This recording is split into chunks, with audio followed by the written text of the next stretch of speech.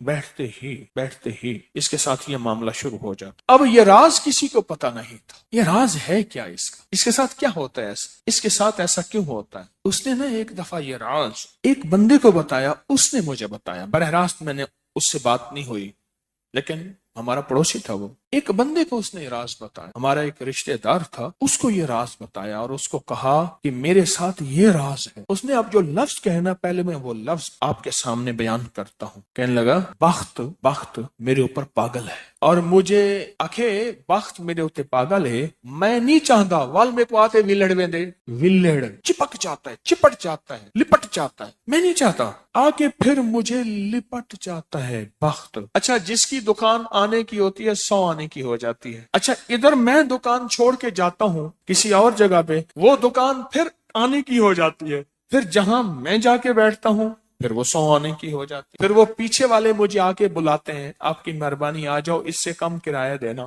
تھا کوئی ایسا, کیونکہ ہاتھ کا کاریگر بہت کم ہوتا ہے جو سر پھرا نہ ہو. ہاتھ کا کاریگر وہ ہاتھ کا جس شعبے کا ہو, تھا کوئی سر پھرا, کہہ رہا میں نہیں جاتا تھا دکان پہ, تم نے مجھے نکالا تھا. ساری زندگی اس نے ایسے گزاری. اب یہ بخت کہاں سے ملا؟ اب بخت کو سن. کہا میرا باپ مزدور تھا, مزدوری کرتا تھا. بڑا ہوا تو اس نے مجھے درزیوں کے کام پہ ڈال دیا کہ بیٹا چلو چھاؤں کا کام ہے تو کرتا رہے گا. میں تو دھوپ سردی گرمی مزدوریاں کرتا رہا, درزیوں کا کام چھاؤں کا کام ہے تو کرتا رہے گا. اور میرے والد کہتا تھا تجھے کوئی ایسا رئیس مل جائے جو اپنی دیوڑی میں تجھے جگہ دے. بعض رئیس ایسے ہوتے ہیں جنہوں نے مستقل درزی رکھے ہوئے ہوتے ہیں, ان کا ہر وقت کپڑے سلتے رہتے ہیں. کہہ رہے دعائیں دیتا تھا والد مجھے کوئی رئیس مل جائے. کہ والد کا حادثہ ہو گیا, والد کی ٹانگ ٹوٹ گئی. والد کی بوڑھی والدہ تھی, میں ہم والد کی خدمت کرتے تھے. والد دعائیں دیتا تھا, ان پڑھ تھا. کسی نے والد کو اللہم صلی علی محمد بتا دیا, بس یہی پڑھتا تھا, اور ٹوٹی پھوٹی قل ہو اللہ پڑھتا تھا, باقی کوئی ابا کو پتا نہیں تھا. کہا میں درزیوں سے پیسے تھوڑے سے لاتا تھا, گھر میں فاقے آنا شروع ہو گئے. تھوڑے سے پیسے میں لاتا تھا, ابھی کام سیکھا نہیں تھا, استاد کبھی کبھار دے دیتا تھا, اور والد روز لاتا تھا. گھر میں سختی اور تنگی آنا شروع ہو گئی, بہت زیادہ غربت, تنگ دستی. ہماری ایک پھوپھی تھی, کہیں دور رہتی تھی, بہت بوڑھی تھی, والد سے بھی بڑی تھی. وہ آ کے ہمارے گھر اس نے قیام کر لیا کہ تمہارے والد کی خدمت کروں گی. اس کے بیٹے اسے ٹھوکریں مارتے تھے اور اس کی عزت نہیں کرتے تھے. وہ پھر گھر آ گئی. اب میری ماں مجھے دیکھے, میں اپنے دیکھوں. ماں نے کہا بیٹا آ گئی ہے, اس کی بھی خدمت ساتھ کرنی ہے. اب پھوپھی نے, ایک پھوپھی بوڑھی ابے سے بڑی, ایک والد معذور, بوڑھی والدہ, اور بہت سارے بہن بھائی. کہا کہ کئی راتیں ایسی گزرتی تھی, میں اور میری ماں نہیں کھاتے تھے, فاقوں میں سوتے تھے, پھوپھی کو کھلاتے تھے. کہا پھوپھی کھاتی بہت تھی, کھاتی بہت تھی. بچوں کا سب کچھ کھا جاتی تھی, سارا اپنا بھی کھا جاتی تھی, کھاتی بہت تھی پھوپھی. کہا اس سے چھینتے تھے تو پھوپھی لڑنے پہ آ جاتی تھی. ایک گھر میں عجیب کشمکش تھی. کہا ان سختیوں تلخیوں میں ان کی خدمت کرتا رہا, باپ کی ماں کی خدمت کرتا رہا, حتیٰ کہ والد پتہ نہیں کتنے سال کہے, مجھے بھول گئے, فوت ہو گئے. اور پھوپھی نے کے دل میں یہ بات آئی کہ ہم نے والد کو زہر دیا ہے. اس نے سارے جہان کو کہنا شروع کیا کہ انہوں نے والد کو زہر دے دیا, میرے بھائی کو مار دیا. گھر میں روٹی بھی کھاتی تھی, بچوں سے چھین کے بھی کھاتی تھی, چوری چھپے بھی کھاتی تھی, دن رات بھی کھاتی تھی, ہمیں برا بھلا بھی کہتی تھی, لوگوں کے ہاں شکوے بھی کرتی تھی. پھوپھی نے جینا حرام کر دیا. کہا میری ماں کہتی تھی بیٹا کوئی بات نہیں, برداشت کرو. برداشت کرتے کرتے پھوپھی بھی چلی گئی, اور اس کو اللہ کی امانت کو اللہ کے سپرد کیا. اور پھر اب ماں رہ گئی. اب میں نے اپنی ساری توجہ ماں پہ ڈال دی. کہا اماں کیا کرتی, خالی چھابی نہیں ہوتی ہے, چھابی